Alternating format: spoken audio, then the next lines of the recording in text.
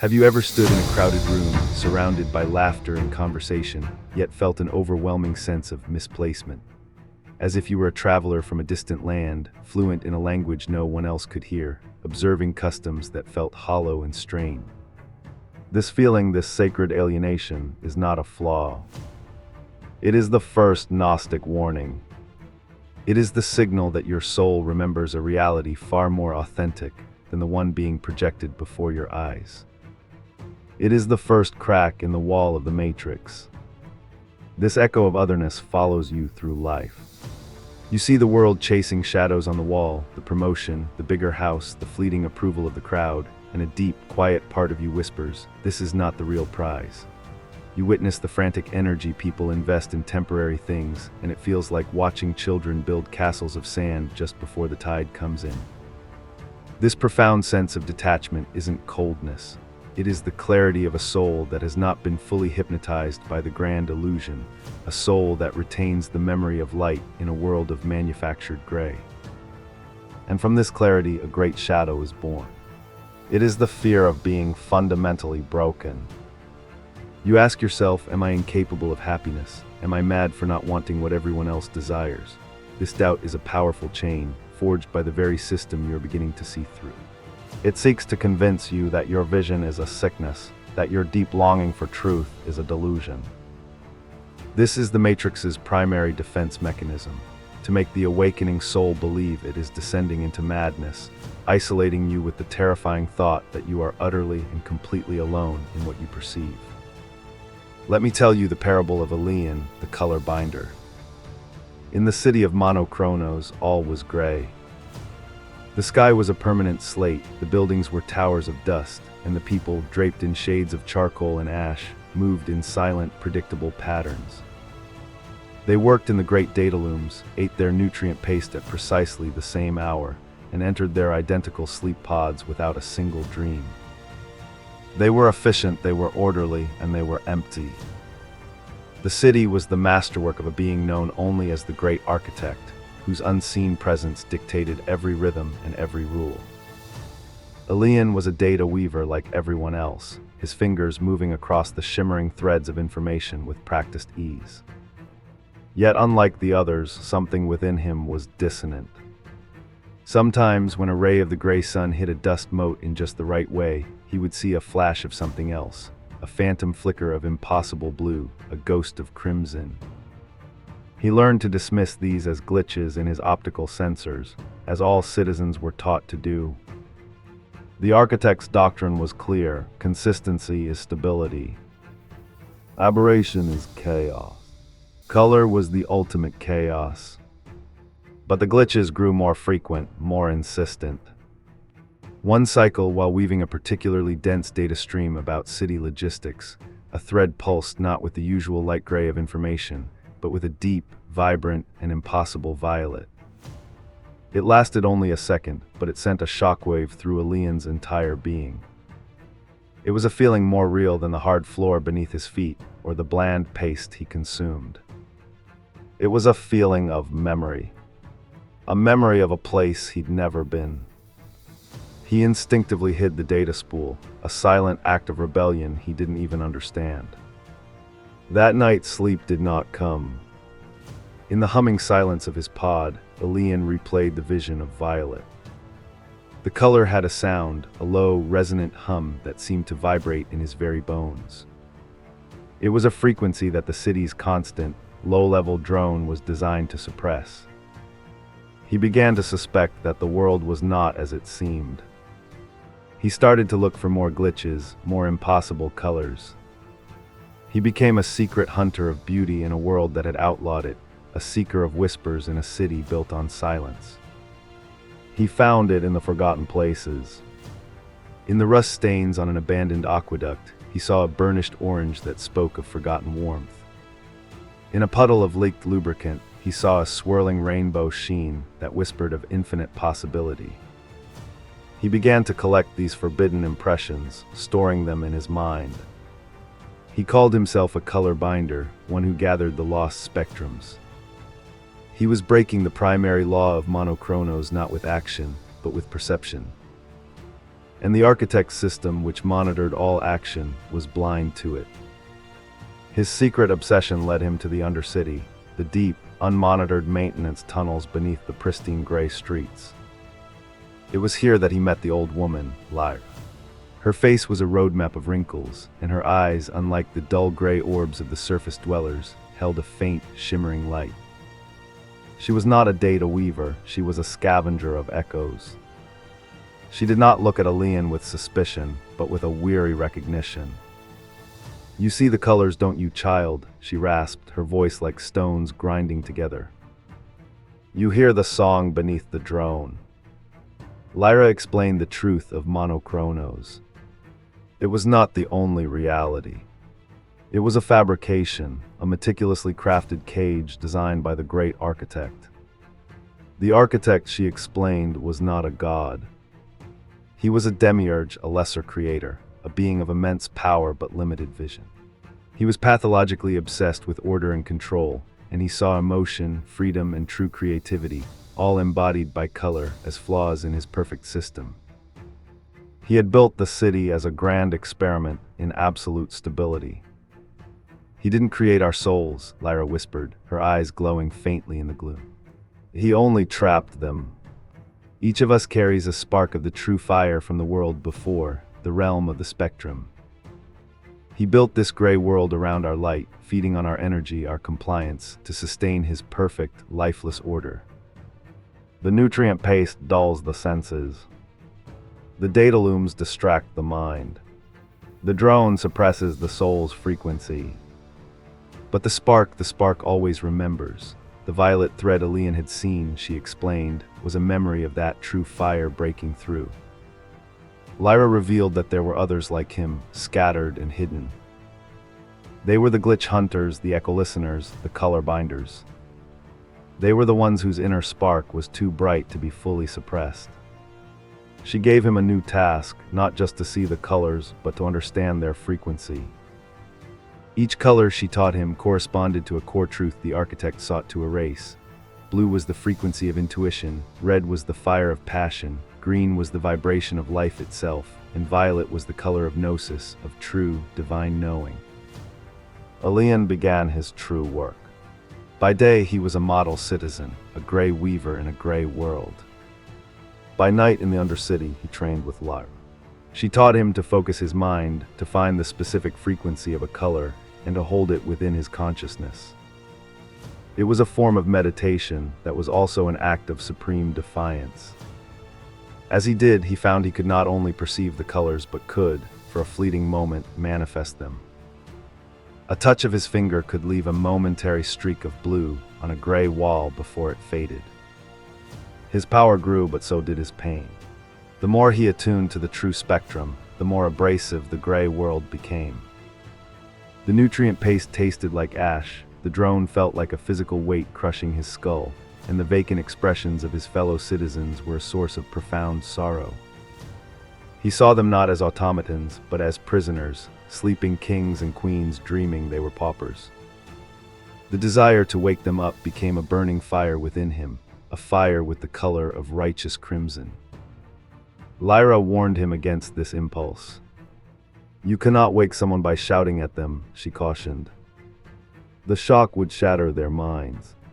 The architect's system is designed to self-destruct anything that rejects it too suddenly.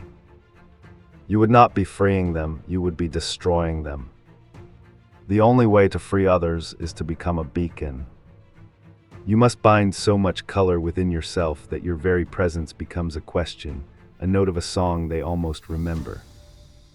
One cycle, a city-wide announcement, echoed from the omnipresent speakers. The great architect had achieved a new level of perfection. A process called the unification was imminent. All remaining micro-variations in the gray spectrum would be eliminated. All thought patterns would be synchronized into a single, harmonious stream. It was the promise of ultimate stability, the final eradication of chaos. For Elian and Lyra, it was a death sentence for every soul in monochronos. The last embers of the spark would be extinguished forever. "The time for hiding is over," Lyra said, her voice grim. The architect sustains his world through the central nexus, the heart of the city's drone. It amplifies his will and suppresses the memory of the spectrum. If the nexus can be infused with a pure, concentrated frequency of gnosis, with pure violet, the drone will not just cease. It will be inverted. It will broadcast the memory of color to every mind in the city for a single moment. It would not force them awake, but it would give every soul a choice. The journey to the Nexus was a journey through the very architecture of control. They moved through data conduits that pulsed with subliminal commands of compliance. They navigated logic fields that were designed to trap any thought that deviated from approved parameters.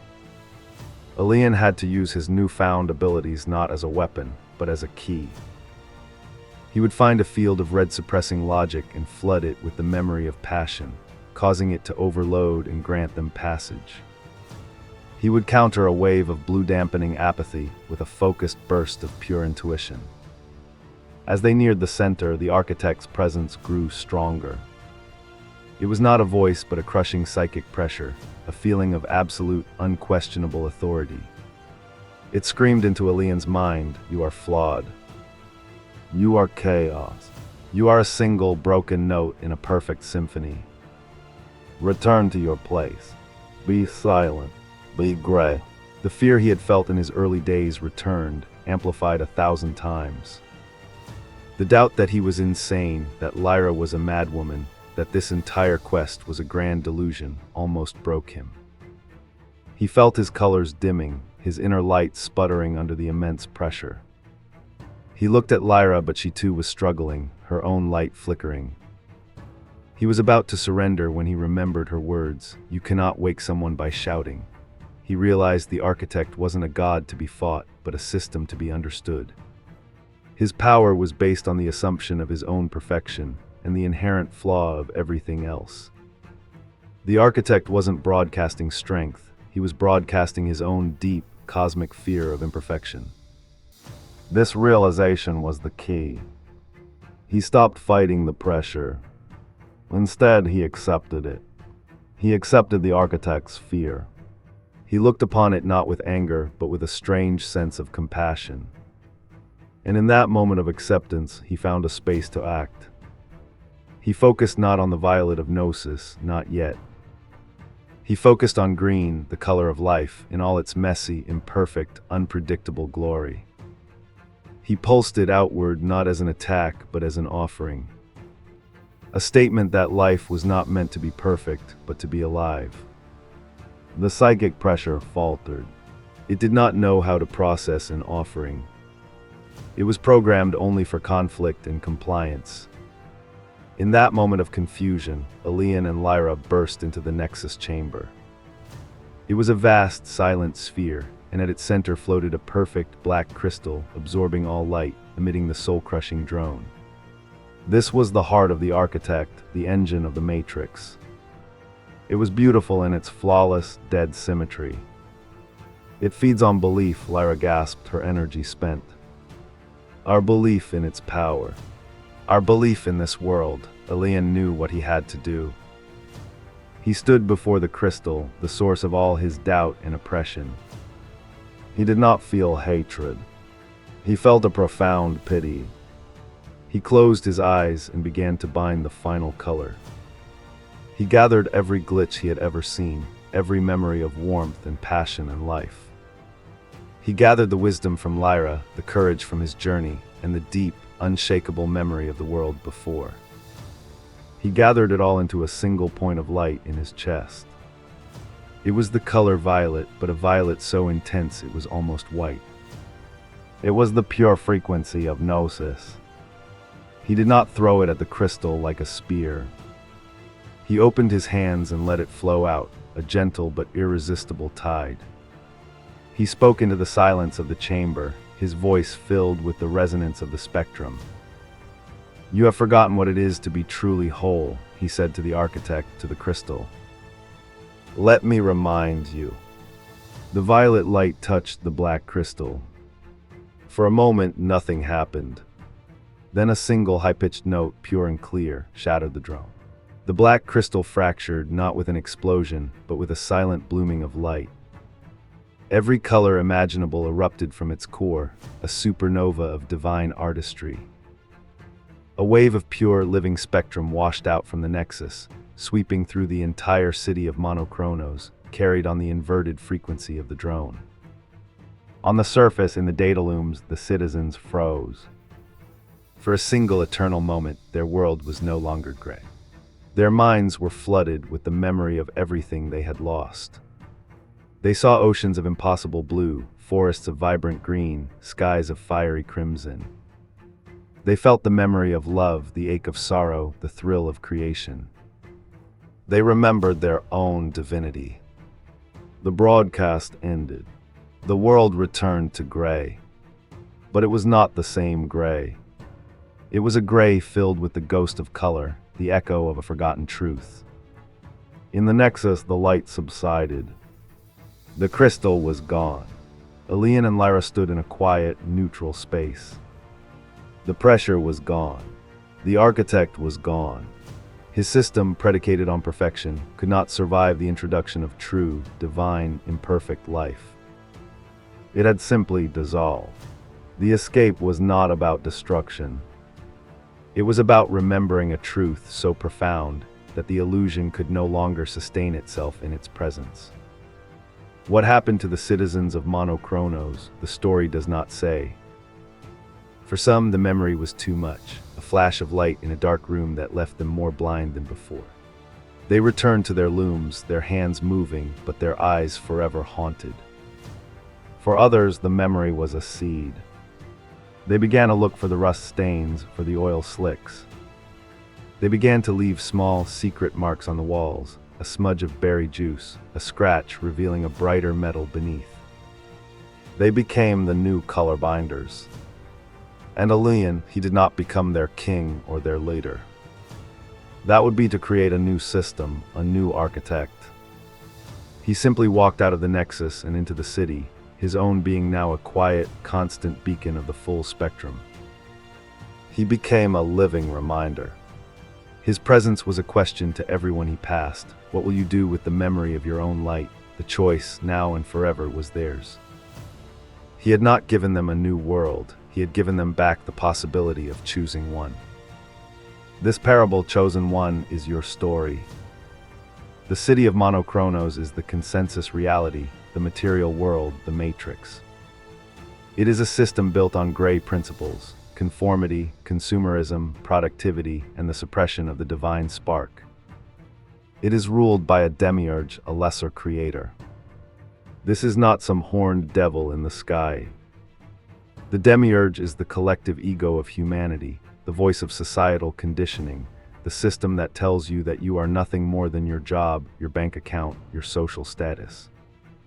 The gray citizens are the unawakened masses, moving in predictable patterns, hypnotized by the low-frequency drone of media, advertising, and cultural expectations. They are not your enemy. They are you before you started to see the glitches. They are sleeping souls trapped in a dream of limitation. Your feeling of alienation is the first sign that the architect's programming is failing within you. You are Elian, beginning to see the impossible flicker of color in the margins of a gray world. That flash of violet you feel during a moment of profound synchronicity, that jolt of crimson during an act of pure passion, that wave of green when you stand in nature, these are not emotional glitches. They are transmissions from the world before. They are memories from your soul, the realm of the spectrum, breaking through the static. Your intuition, your deep inner knowing, is the frequency of Gnosis trying to make contact, reminding you that you are infinitely more than this system has told you that you are. The shadow of doubt, the fear that you are going mad, is the architect's psychic pressure. It is the system's immune response to your awakening. It whispers, be normal. Fit in. Don't cause trouble. What you are feeling is dangerous and wrong. It isolates you and makes you believe you are a singular, flawed unit. But as Lyra knew, you are not alone. There are other color binders, other chosen ones, each on their own journey of remembering. My voice reaching you now is the voice from the Undercity, confirming what you have always suspected. The Undercity is your inner world, the realm of meditation, introspection, and the study of hidden wisdom. It is where you go to escape the surface-level monitoring of the Matrix and commune with the deeper truth of your being. Lyra represents the archetype of the wise elder, the hidden Gnostic teachings that have been passed down through the ages, waiting for seekers like you to find them. She is the voice of your own higher self, your inner guide, showing you how to turn perception into power. Binding the colors is the work of integration. It is not enough to simply see the truth. You must embody it. To bind the blue is to learn to trust your intuition above all external authority. To bind the red is to reclaim your passion from the things the world tells you to love and to direct it towards your true purpose. To bind the green is to reconnect with nature, with your body, with the vibrant, messy, imperfect pulse of life itself, rejecting the sterile perfection of the machine. The architect's great power lies in his ability to make you fight him on his own terms. The Matrix thrives on conflict, on division, on outrage. It wants you to rage against its agents, to protest its injustices in a way that still feeds it with your energy. Alien's great revelation was that you do not destroy the system by attacking it. You dissolve it by transcending it. You do not fight the darkness. You turn on a light so bright that the darkness simply ceases to be. You offer compassion to the system's fear, which robs it of its power over you. The nexus is the core of your own belief system. The black crystal is the central lie you have been taught to believe about yourself, that you are small, that you are powerless, that you are separate from the divine. The architect's drone is the constant stream of negative self-talk and limiting beliefs that keep this lie in place. Your mission is not to shatter this crystal with violence, but to dissolve it with the pure, violet light of Gnosis, the absolute, unshakable knowing of your own divine nature. The great wave of color that washed over the city is the shift in consciousness that occurs when one's soul truly awakens. Your liberation is not a selfish act. By becoming a beacon like Alien, your very presence begins to invert the frequency around you. You introduce a new possibility into the field. You don't need to preach or convert. Your authenticity, your joy, your connection to your own inner spectrum becomes a silent, powerful transmission that gives others the choice to remember their own lost colors. Now we arrive at the most crucial step, the alchemy.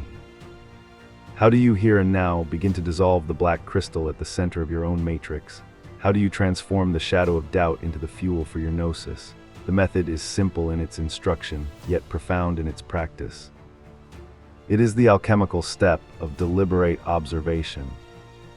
You must become a glitch hunter in your own life. For the next 7 days, I want you to carry a small journal or use a note-taking app on your device. Your task is not to change anything, not to fight anything, but simply to observe and record. You are to become a scavenger of echoes. You will hunt for two things. First, you will hunt for the glitches of the matrix, the moments of color. A moment of intense synchronicity. An unexpected wave of joy. A dream that felt more real than waking life. A stranger's smile that felt like a message. Write it down no matter how small. Acknowledge it as a transmission. Second, and this is just as important, you must hunt for the drone. Identify the moments when the architect's psychic pressure is strongest. When does the voice of doubt scream the loudest? Is it when you are about to try something new? Is it when you are around certain people? Is it when you are scrolling through social media? Write down the exact thought, I am not good enough. People will think I'm crazy. This is impossible. Do not argue with the thought. Just record it. See it for what it is, a broadcast from the Nexus, a piece of code. This practice does something remarkable. By observing both the light and the drone with neutral detachment, you cease to identify with either. You are no longer the citizen being controlled by the drone, nor are you the color itself. You become the observer, the consciousness that perceives both. This is the first step out of the system. You are stepping back from the screen and realizing you are the one in the audience. In that space of pure observation, the system's power over you begins to atrophy. The shadow of doubt, the fear that you are mad, cannot survive when it is seen with clarity. When you write down the thought, "I am crazy," and you look at it, you realize you are not the thought. You are the one reading the thought. This simple act is the fulcrum upon which your entire reality will pivot. It is how Elian stopped fighting the architect's pressure and simply saw it for what it was, an external broadcast, not an internal truth. This is your primary tool of liberation. This is how you begin to bind the violet light of Gnosis. You came to this channel, to this very message, because your soul is ready to begin this work. It is no accident. This is a key being delivered to you at the precise moment you needed it. Your mission, should you choose to accept it, is far greater than simply achieving personal happiness. It is to become a beacon. It is to embody the memory of the spectrum in a world that has chosen to forget. It is to hold a frequency of truth so purely that others might recognize it in themselves.